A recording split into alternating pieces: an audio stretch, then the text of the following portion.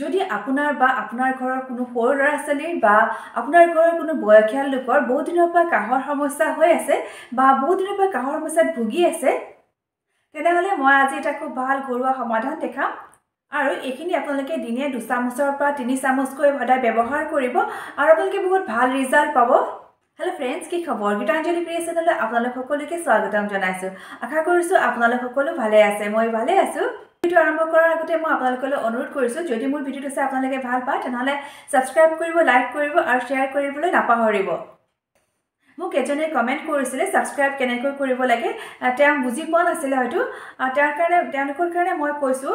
আৰু ছাবস্ক্ৰাইব কৰিবৰ কাৰণে আপোনালোকে ভিডিঅ'টোৰ তলতে ছাবস্ক্ৰাইব বুলি ৰঙা আখৰে লিখা থাকে, আপোনালোকে তাতে টিপি দিব আৰু ছাবস্ক্ৰাইবটো টিপি দিলে আপোনালোকে মোৰ চেনেলটো ছাবস্ক্ৰাইব হৈ যাব।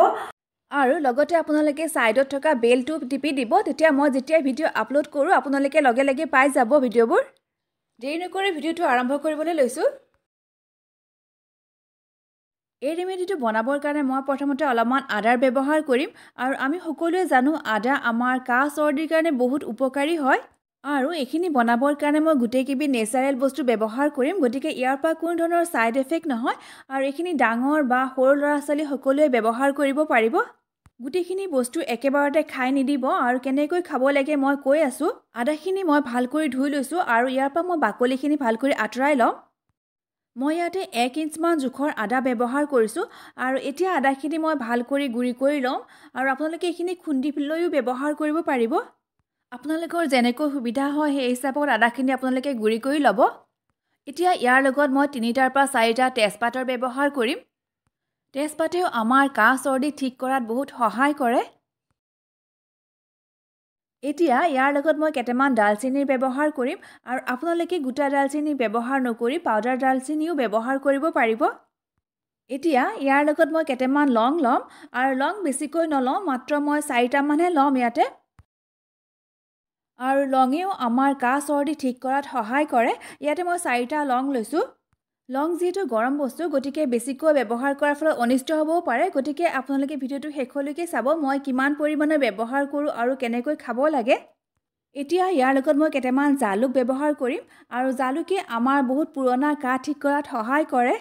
জালুকটো আপোনালোকে এইদৰে গোটা জালুক ব্যৱহাৰ কৰিব। যদি বজাৰৰ পৰা কিনা পাউডাৰ জালুক ব্যৱহাৰ কৰে তেনেহ'লে ইয়াৰে ভাল কাম নকৰিব। মই ইয়াত গোটেইখিনি বস্তু লোৱা হৈ গ'ল। আৰু এতিয়া এইখিনি কিদৰে বনাব লাগে মই আপোনালোকক দেখাই আছোঁ। প্ৰথমতে মই এটা চচপেন লৈছোঁ, য'ত মই সদায় চাহ বনাওঁ। এতিয়া ইয়াতে মই 1 গিলাচ পানী লৈ ল'ম। এয়া মই 1 গিলাচ ফুল কৰি পানী লৈ লৈছোঁ। এতিয়া মই ইয়াতে বাকী বস্তুবোৰ মিলাই ল'ম। প্ৰথমতে মই তেজপাতকেইটা দিম। আৰু তেজপাতকেইটা মই এইদৰে গোটা কৰি ব্যৱহাৰ নকৰোঁ, এইকেইটা মই সৰু সৰু টুকুৰা কৰি ল'ম, পিচ কৰি ল'ম, তাৰপিছত মই এইখিনি ব্যৱহাৰ কৰিম।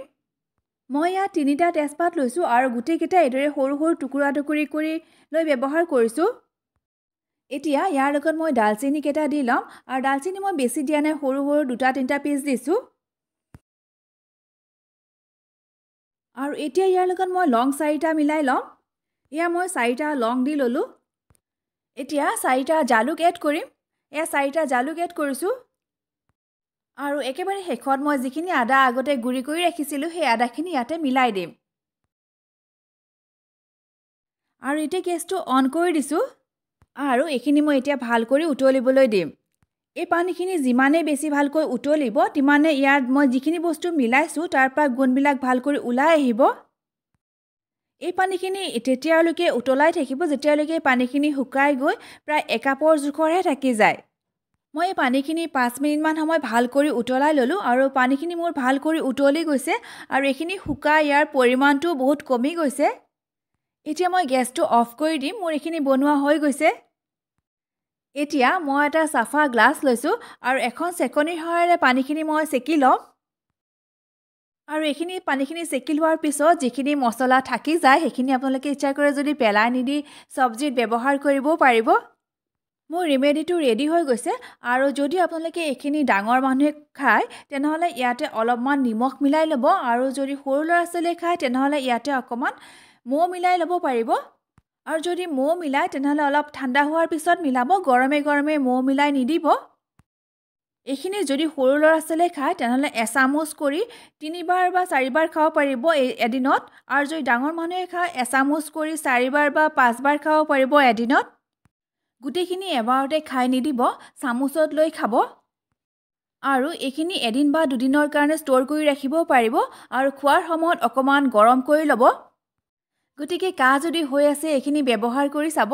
আৰু ভিডিঅ'টো চাই যদি আপোনালোকে ভাল পায় তেনেহ'লে চেনেলটো ছাবস্ক্ৰাইব কৰি দিব, লাইক কৰিব আৰু বন্ধু বান্ধৱীসকলৰ লগত শ্বেয়াৰ কৰিব। আজিলৈ ইমানেই, নেক্সট ভিডিঅ'ত আকৌ লগ পাম। সকলোৱে ভালে থাকক আৰু বাই।